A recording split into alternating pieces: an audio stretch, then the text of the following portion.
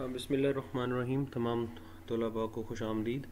आज हम लोग कॉस्ट प्रॉफिट और वॉल्यूम रिलेशनशिप पे बात करेंगे। गैरिसन की बुक के अकॉर्डिंगली ये चैप्टर नंबर 5 है। इससे पहले कि मैं लर्निंग ऑब्जेक्टिव्स की तरफ जाऊँ, मैं आप लोगों के सामने ये case study line by line पढ़ना चाहता हूँ ताकि आप लोगों को अंदाज़ा हो सके कि ये जो टर्म लिखी है कॉस्ट वॉल्यूम रिलेशनशिप, इससे असल में क्या मुराद है। चलें जी, इसको ज़रा पढ़ते हैं। This is about a company when Arturo Moreno bought Major League Baseball's Los Angeles in 2003. The team was drawing 2.3 million fans and losing 5.5 million per year. So this was a state के जब इतने fan होने के बावजूद company जो है या ये जो फुटबॉल लीग है नुकसान उठा रही थी। Marino immediately cut prices to attract more fans and increase profits.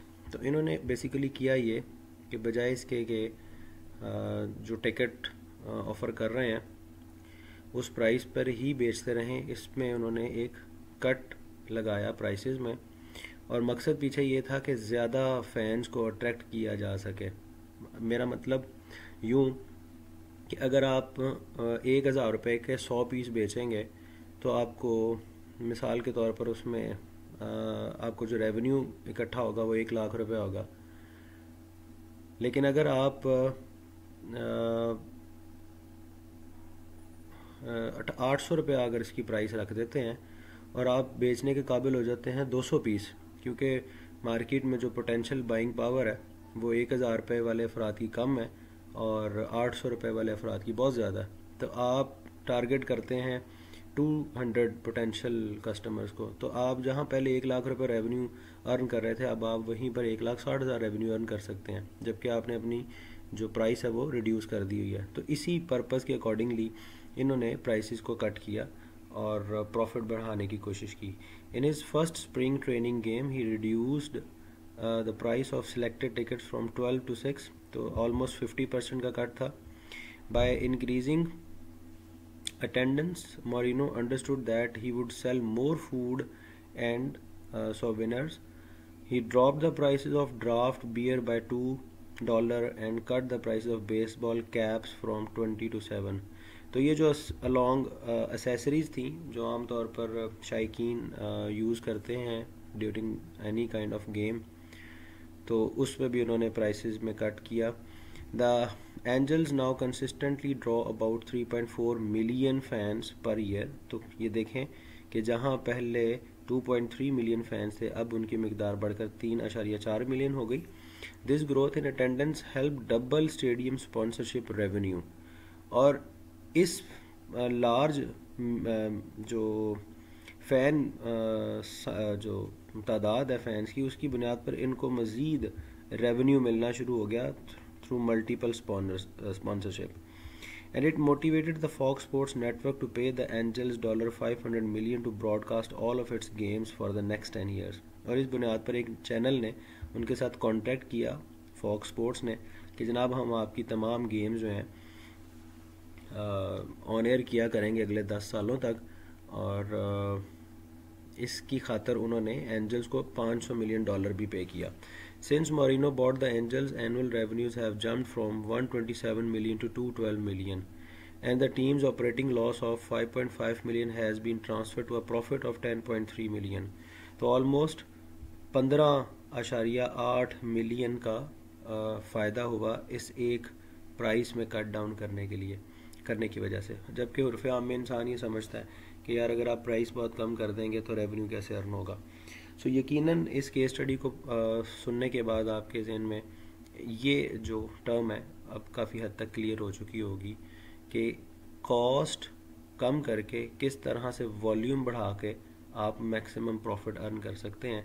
तो हम इन तीनों वेरिएबल्स की मल्टीपल जो वेरिएशंस हैं उसके अकॉर्डिंगली कुछ एनालिसिस इस चैप्टर में सीखेंगे। वन बाय वन हम लोग लर्निंग ऑब्जेक्टिव्स को देखते हैं। So very first objective is to explain how changes in activity affect contribution margin and net operating income.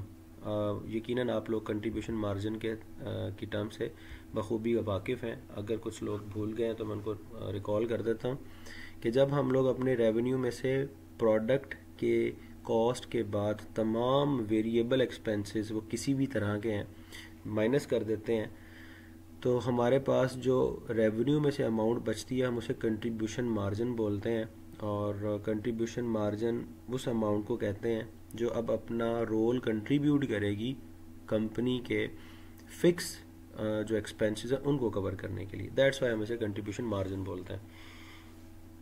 Second जो ऑब्जेक्टिव है that is to prepare and interpret a cost volume profit graph and a profit graph. ठीक है, तो दोनों graph बनाना हम लोग देखेंगे। Use the contribution margin ratio. Contribution margin ratio क्या होती है और इसको किस तरह से यूज़ किया जा सकता है to compute the changes in contribution margin and net operating income, जो कि आपकी सेल वॉल्यूम में तब्दीली की वजह से हो सकती है। इसी तरह लर्निंग ऑब्जेक्टिव जो 4 है that is to show the effects on net operating income of changes in variable cost, fix cost, selling price and volume.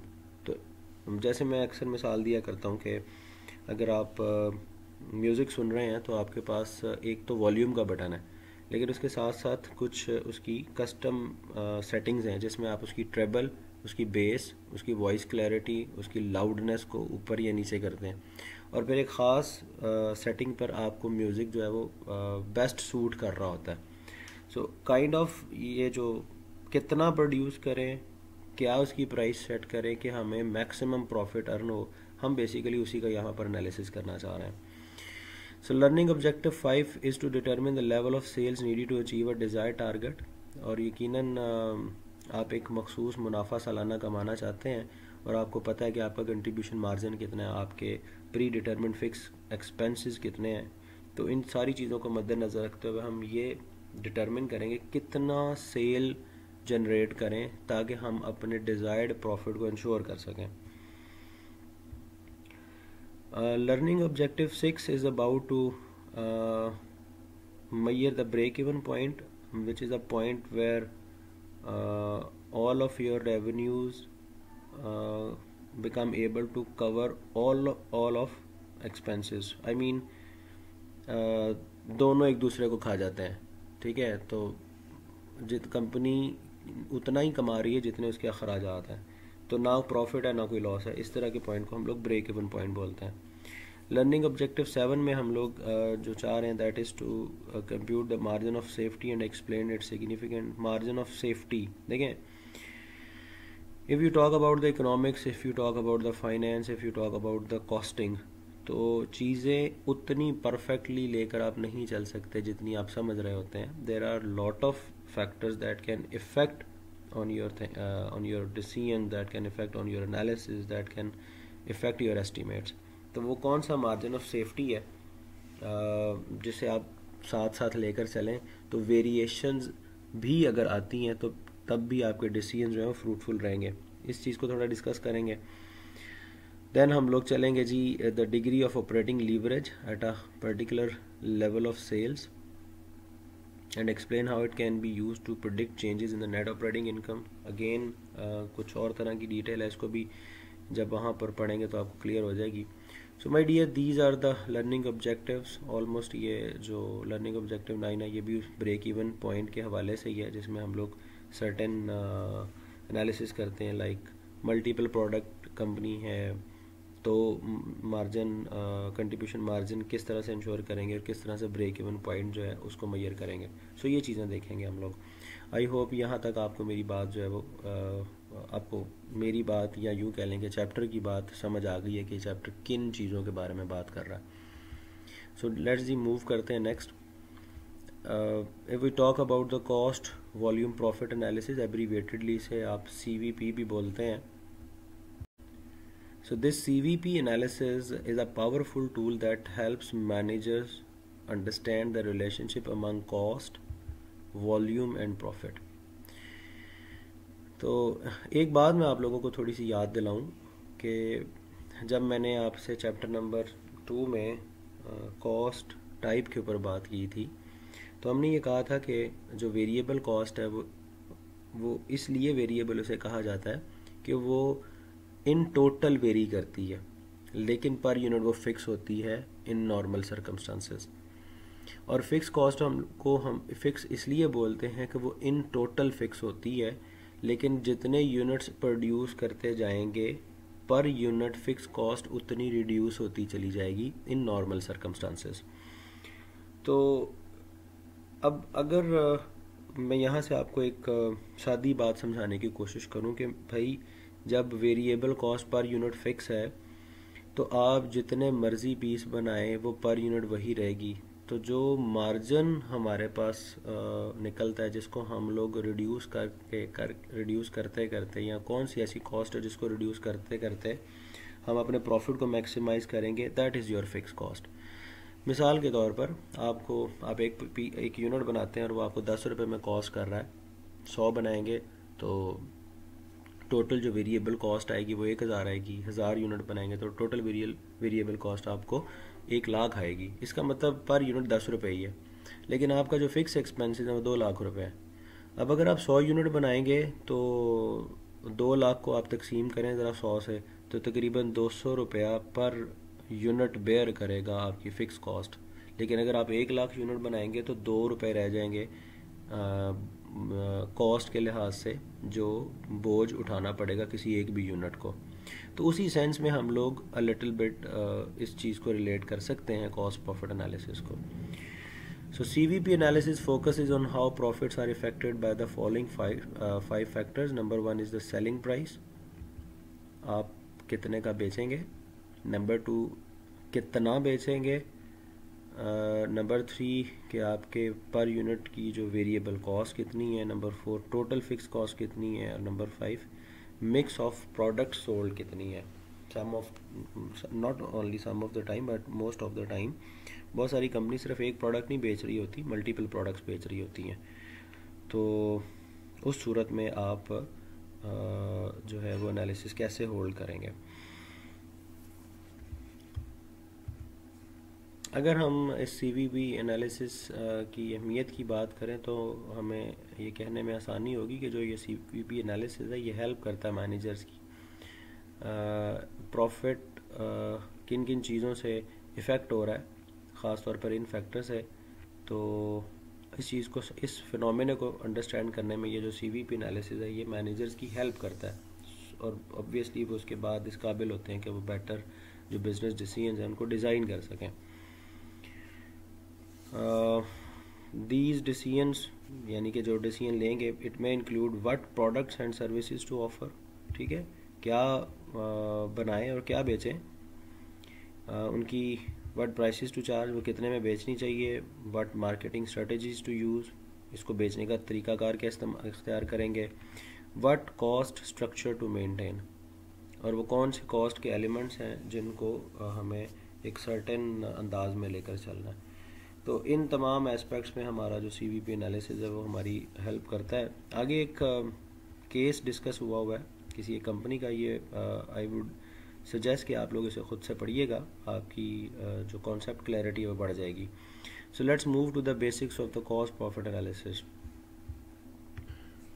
ये जो फॉलोइंग लाइंस जहाँ से शुरू हो रही हैं मैं इसको इसी स्ट्रक्चर में आप लोगों के सामने प्रेजेंट करना चाहूँगा। उसकी वजह ये है कि मेरे ख़्याल से इस सीक्वेंस में अगर हम लोग इस बात को डिस्कस करेंगे तो आपका आइडिया ज़्यादा अच्छे से क्लियर होगा। ओके जी, so Bob's preparation for his fourth coming meeting with Prem begins with the contribution income statement. आपको पता है ये कंट्रीब्यूशन फॉर्मेट हम लोगों ने चैप्टर नंबर 3 में गालिबन पढ़ा हुआ है, जिसमें हम लोग कुछ इस तरह का स्ट्रक्चर इस्तेमाल करते हैं। लाइकवाइज सेल्स के बाद आप तमाम के तमाम वेरिएबल एक्सपेंसेस जो है वो सब्ट्रैक्ट कर देते हैं, तो जो रिमेनिंग आपके पास बचता है मुझे कंट्रीब्यूशन मार्जिन बोलते हैं। ये जो फॉर्मेट है ये आपकी ट्रेडिशनल इनकम स्टेटमेंट से ज़रा मुख्तलिफ है और है भी, इसका जो यूज़ है वो इंटरनल पर्पसेस के लिए है। ओके जी, the contribution income statement emphasizes the behavior of cost and therefore is extremely helpful to managers in judging the impact on profits of changes in selling prices, cost and volume. Bob will base his analysis on the following contribution income statement. यहाँ आप लोग देखेंगे कि थोड़ी सी इसने इसकी extended form दी हुई है। अगर ये आप ये जो राइट साइड है, राइट साइड वाला जो कॉलम है, सेल्स का अगर टोटल जो वॉल्यूम है इन टर्म्स ऑफ रेवेन्यू, तो उसको उसने डिवाइड करके उसकी पर यूनिट जो प्राइस है वो कैलकुलेट की हुई है। और वेरिएबल एक्सपेंसेस को भी उसने नंबर ऑफ़ यूनिट से जब डिवाइड किया है तो पर यूनिट जो वेरिएबल एक्सपेंसेस है वो भी कैलकुलेट हो गया। इसका मतलब ये हुआ कि इस फॉर्मेट से जो एक बात तो वाज़ेह हो गई कि आपके पास जो कंट्रीब्यूशन मार्जिन बच रहा है वो पर यूनिट $100 बच रहा है। इसका मतलब मैं यहाँ से एक बात जो समझाना चाहूँगा कि देखें, अगर मुझे 35,000 के जो फिक्स एक्सपेंसेस हैं वो कवर करने हैं तो मुझे कम से कम 350 यूनिट बेचने पड़ेंगे। 400 यूनिट बिके हुए हैं ना। अगर मैं 350 यूनिट बेचूंगा तो जो मेरे पास कंट्रीब्यूशन वॉल्यूम है, रेवेन्यू जो कंट्रीब्यूशन मार्जिन बचेगा वो 35,000 बचेगा। फिर जाके मेरे ये फिक्स एक्सपेंसेस कवर होंगे और स्टेट उस वक्त क्या होगी, नेट ऑपरेटिंग प्रॉफिट या लॉस जो है वो ज़ीरो होगा, यानी कि ब्रेक इवन पॉइंट होगा। सो यूँ चूँकि यहाँ पर 400 स्पीकर बेचे हैं इस कंपनी ने और उसका जो कंट्रीब्यूशन मार्जिन बचा था वो 40,000 था और बाकी कंपनी के जो फिक्स एक्सपेंसेस थे वो 35,000 से, लिहाजा कंपनी की जो नेट ऑपरेटिंग इनकम है वो हमारे पास 5,000 निकली। ओके, अब ये जो बात थी आप लोगों के लिए बतौर स्टूडेंट ये जानना ज़रूरी थी कि किस तरह से जब आपने इसकी पर यूनिट कॉस्ट निकाल ली है तो आपको फ़ौरन से पता चल गया कि भाई आप की जो कंट्रीब्यूशन मार्जिन अवेलेबल है पर यूनिट वो $100 है। So if you have 100,000 fix expenses तो आपको उसके अकॉर्डिंगली कम से कम उतनी सेल करनी पड़ेगी ताकि आपका ब्रेक इवन पॉइंट अचीव हो जाए। राइट जी, तो यहाँ पर इसने उसी जो मिसाल है उसको थोड़ा सा एक्सटेंड किया है कि देखें, अगर वो कंपनी सिर्फ एक स्पीकर बेचती है तो उसके पास $250 इकट्ठे होंगे, जबकि एक जो यूनिट की यानी कि कंपनी के तमाम वेरिएबल एक्सपेंसेस है जिसमें उसकी प्रोडक्ट कॉस्ट भी शामिल है, अगर उसको माइनस कर दे तो कंपनी के पास $100 बचता है, जैसे मैं अभी पहले आपको बयान कर चुका हूँ। अब अगर कंपनी सिर्फ एक ही यूनिट बेचती है तो 35,000 दूसरे खर्च निकाल के कंपनी को 34,900 का नुकसान होगा। लेकिन यहाँ पर अगर हम इस टेबल की बात करें तो इसने 400 स्पीकर जो बेचे हैं उस वॉल्यूम सेल्स वॉल्यूम ने उसके इस मार्जिन को कवर किया हुआ है, इस फिक्स एक्सपेंसेस को उसने कवर किया। राइट जी, सिमिलरली उसने इसी टेबल को मज़ीद एक्सटेंड किया है कि अगर कंपनी सिर्फ 2 स्पीकर बेचती है तो उसका जो नेट ऑपरेटिंग है वो लॉस डिक्लेयर होगा। So, इसका मतलब ये हुआ कि अगर कंपनी 350 स्पीकर बेचती है तब जाकर कंपनी इस काबिल होगी कि उसका जो रिमेनिंग रेवेन्यू है after all product and all variable expenses वो मार्जिन कंपनी के यानी उस बिज़नेस के फिक्स एक्सपेंसेस को कवर करने की सलाहियत रखता है या कंट्रीब्यूट करेगा, अपना रोल प्ले करेगा इस एक्सपेंसेस को कवर करने के लिए। So this is the state of break even point, जहाँ पर ना आपको प्रॉफिट होता ना ही आपको लॉस होता। अब यहाँ पर एक बात बड़ी वाज़ेह है कि वंस आप ब्रेक इवन पॉइंट अचीव कर लेते हैं, इसके बाद आपका जो नेट ऑपरेटिंग इनकम है वो स्टार्ट हो जाती है and it will increase by the amount of the unit of contribution margin for each additional unit. तो जितने यूनिट आप बेचते जाएंगे आपका ऑपरेटिंग प्रॉफिट जो है वो उतना बढ़ता चला जाएगा। लाइकवाइज अगर आप 351 यूनिट बेचते हैं तो आपका जो कंट्रीब्यूशन मार्जिन है 35,100 बनेगा और आपके जो फिक्स एक्सपेंसेस है वो कवर होने आपके पास 100 जो है वो नेट ऑपरेटिंग इनकम बचेगी।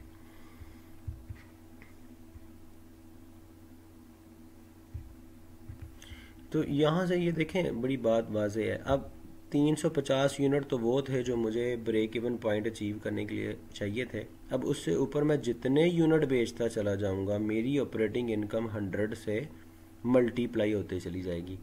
लाइक 2 यूनिट 350 से ऊपर बेचे हैं तो मेरी ऑपरेटिंग इनकम 200 होगी। अगर 4 यूनिट ऊपर बेचूंगा तो 400 ऑपरेटिंग इनकम होगी और अगर 10 यूनिट में ज़्यादा 350 से बेचूंगा तो मेरी ऑपरेटिंग इनकम 1000 होगी।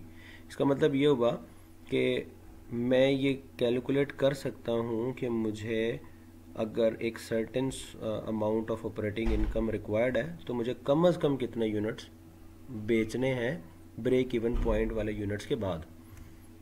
लाइकवाइज यहाँ पर जैसे मेंशन है कि अगर आप 25 यूनिट मज़ीद बेचते हैं तो आपके पास जो ऑपरेटिंग इनकम आएगी वो 2500 बचेगी। ठीक है, आई होप आप लोग मेरा ये आइडिया समझ गए हैं। तो ये जितनी डिस्कशन अभी हम लोगों ने की है उसकी एक ये जो कंक्रीट फॉर्म है ये उसने सामने आपके रख दी एक टेबुलर में। 400 स्पीकर्स अगर बिकते हैं तो वही वाली डिटेल्स हैं जो ऊपर दी गई हैं। 425 स्पीकर अगर बिकते हैं तो कुछ कंट्रीब्यूशन मार्जिन और नेट ऑपरेटिंग इनकम इतना आता है। और जो डिफरेंसेस हैं दोनों के, आपने 25 यूनिट ज़्यादा बेचे हैं उसकी वजह से आपकी जो कंट्रीब्यूशन मार्जिन है वो 2500 आया है और तभी आप नेट ऑपरेटिंग इनकम जो है वो 2500 कमा सकें। तो यहाँ पर आप देखते हैं कि फ़िक्स कॉस्ट उतनी ही है, कोई चेंज नहीं आता, इसका मतलब है ज़ीरो डिफरेंस है। तो आपके यूनिट्स बढ़ाने की सूरत में आपका जो ऑपरेटिंग इनकम है वो इंक्रीज़ कर गया। Now come to the relationship of cost, volume and profit. तो मुझे उम्मीद है कि जितनी बात आप सुन चुके हैं उसके बाद आपको ये इक्वेशन समझने में मुश्किल पेश नहीं आएगी। सो अगर मैं यहाँ पर इस फॉर्मेट के अकॉर्डिंगली इक्वेशन डेवलप करूँ तो मैं ये कह सकता हूँ कि सेल्स में से तमाम के तमाम वेरिएबल एक्सपेंसेस अगर माइनस कर दें तो जो कुछ बचेगा उसमें से बाकी फिक्स एक्सपेंसेस माइनस कर दें तो हमारे पास ऑपरेटिंग इनकम आ जाएगी या प्रॉफिट आ जाएगा।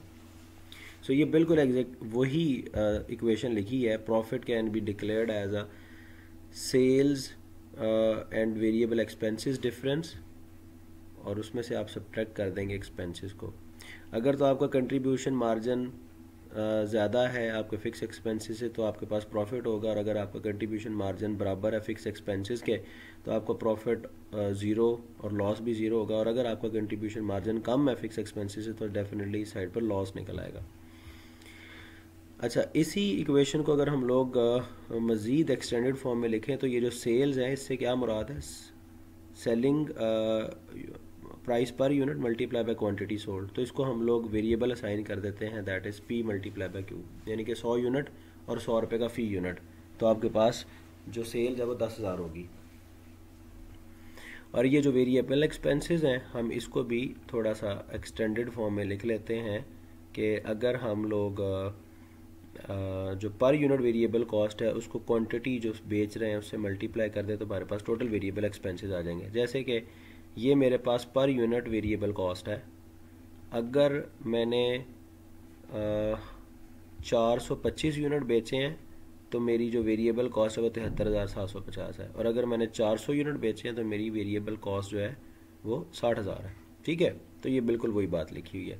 तो इसको अगर हम लोग एब्रीवेटेडली या वेरिएबल असाइन कर दें तो कह सकते हैं this variable cost per unit multiply by quantity sold. अब अगर हम लोग इस सेल्स को और इस वेरिएबल एक्सपेंसेस को इस इक्वेशन में वापस पुट करें तो हम कह सकते हैं that profit is equal to P multiply by Q minus V multiply by Q. जबकि यहाँ से अगर हम लोग क्यू को कॉमन ले लें तो हमारे पास ये जो इक्वेशन है वो डेराइव होती है। यहाँ पर ये देखिएगा ज़रा, ठीक है। So profit can be determined by taking the difference of price per unit and variable cost per unit. तो जो डिफरेंस आएगा उसको आप क्वांटिटी से मल्टीप्लाई कर दें, माइनस कर दें फिक्स एक्सपेंसेस को, तो आपके पास प्रॉफिट आ जाएगा। और ये अगर मैं बात करूं ये जो price per unit minus variable cost per unit है तो इसको हम लोग कह सकते हैं कि this is the per unit contribution margin. ठीक है, पर यूनिट कंट्रीब्यूशन मार्जिन। इसको हम लोग लिखने के अंदाज में यूनिट CM भी कह सकते हैं, यूनिट वाइज कंट्रीब्यूशन मार्जिन। तो यहाँ देखें कि आपका जो कंट्रीब्यूशन मार्जिन है, जैसे हम लोगों ने ऊपर डिस्कस किया था, अगर वो 100 रुपये है और आप 351 यूनिट बेचते हैं स्पीकरों के, तो आपके पास 35,100 टोटल कंट्रीब्यूशन मार्जिन आता है, और आप उसमें से फिक्स एक्सपेंसेस माइनस कर दें तो आपके पास 100 रुपये प्रॉफिट बचता है। अगर मैं सिर्फ रिकॉल करने के मकसद से अगर ऊपर लेकर जाऊं तो ये आपके सामने टेबुलर फॉर्म दी हुई है उसकी।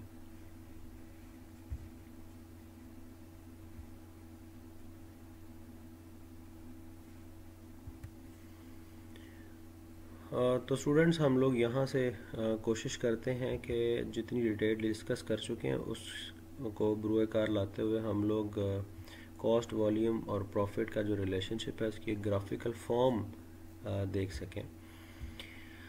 तो ये देखिएगा, ब्लू लाइन जो है वो आपकी फिक्स कॉस्ट को शो कर रही है, which remains constant for any level of activity, means what ever units you sold it remains the same.